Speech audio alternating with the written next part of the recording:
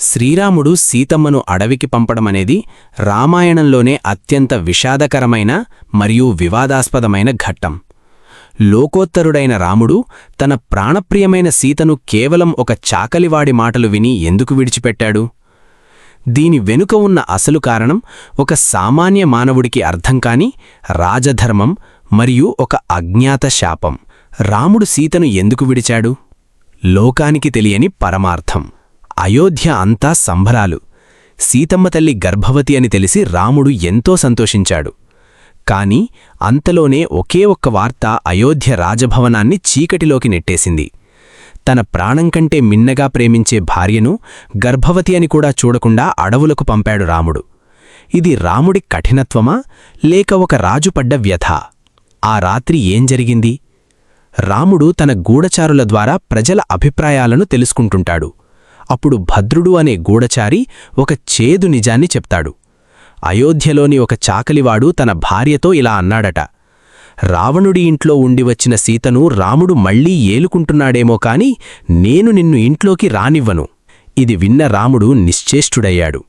సీతమ్మ అగ్నిప్రవేశం చేసి పవిత్రురాలని నిరూపించుకున్నా సామాన్య ప్రజల నోళ్లను మూయించడం సాధ్యం కాదని ఆయనకు అర్థమైంది. రాజధర్మం వర్సెస్ వ్యక్తిగత ప్రేమ. ఇక్కడే రాముడు ఒక గొప్ప పరీక్షను ఎదుర్కొన్నాడు. భర్తగా సీతమ్మ పవిత్రతపై ఆయనకు పూర్తి నమ్మకముంది. ఆమెను వదలడం ఆయనకు మరణంతో సమానం. రాజుగా ఒక రాజు తన ప్రజలకు ఆదర్శంగా ఉండాలి. ప్రజల మనస్సులో రాణిపట్ల చులకన భావముంటే ఆ దేశ ధర్మం పతనమవుతుంది. ప్రజల కోసం తన వ్యక్తిగత సుఖాన్ని త్యాగం చేయడమే ఉత్తమమైన రాజధర్మమని భావించి సీతను అడవికి పంపాలని నిర్ణయించుకున్నాడు. ఎవరికీ తెలియని భృగుమహర్షి శాపం.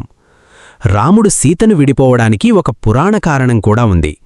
పూర్వం విష్ణుమూర్తి భృగువు భార్యను సంహరించినప్పుడు భృగువు ఇలా శపించాడు: నువ్వు కూడా భూమిపై జన్మించి నీ భార్య ఎడబాటుతో చాలా కాలం నరకయాతన అనుభవిస్తావు. ఆ శాపం వల్లే రాముడికి సీతావియోగం తప్పలేదు. ఇది కేవలం ఒక నాటకం. భగవంతుడు తన లీల ద్వారా లోకానికి త్యాగమంటే ఏంటో చూపించాడు. రాముడు నిజంగానే సీతను మర్చిపోయాడా? చాలామంది రాముడు సీతను వదిలేసి హాయిగా ఉన్నాడని అనుకుంటారు. కాని సీతను అడవికి పంపిన తర్వాత రాముడు మళ్లీ పెళ్లి చేసుకోలేదు. అశ్వమేధయాగం చేసే సమయంలో భార్య పక్కన ఉండాలి. అప్పుడు అందరూ రెండో పెళ్లి చేసుకోమన్నా వినకుండా సీతమ్మ బంగారు విగ్రహాన్ని తన పక్కన పెట్టుకుని యాగం చేశాడు. ఆయన హృదయంలో ఎప్పుడూ సీతమ్మే ఉంది. ఆయన తీసుకున్న నిర్ణయం ఆయనకొక భయంకరమైన శిక్షలాంటిది. రాముడు సీతను విడిచిపెట్టడమనేది ఒక అన్యాయం కాదు, అది ఒక రాజు చేసిన మహాత్యాగం. తన వ్యక్తిగత జీవితం కంటే ప్రజాభిప్రాయానికే విలువనిచ్చిన ఏకైక రాజు రాముడు. అందుకే ఆయన మర్యాద పురుషోత్తముడు అయ్యాడు. ఈ వీడియోను లైక్ చేసి రాముడి త్యాగాన్ని అందరికీ తెలియజేయండి. రాముడి నిర్ణయం సరైనదేనా? మీ అభిప్రాయాన్ని కింద కామెంట్ చేయండి. ఇలాంటి మరిన్ని ఆధ్యాత్మిక రహస్యాల కోసం మా ఛానల్ని సబ్స్క్రైబ్ చేసుకోండి. జై శ్రీరామ్.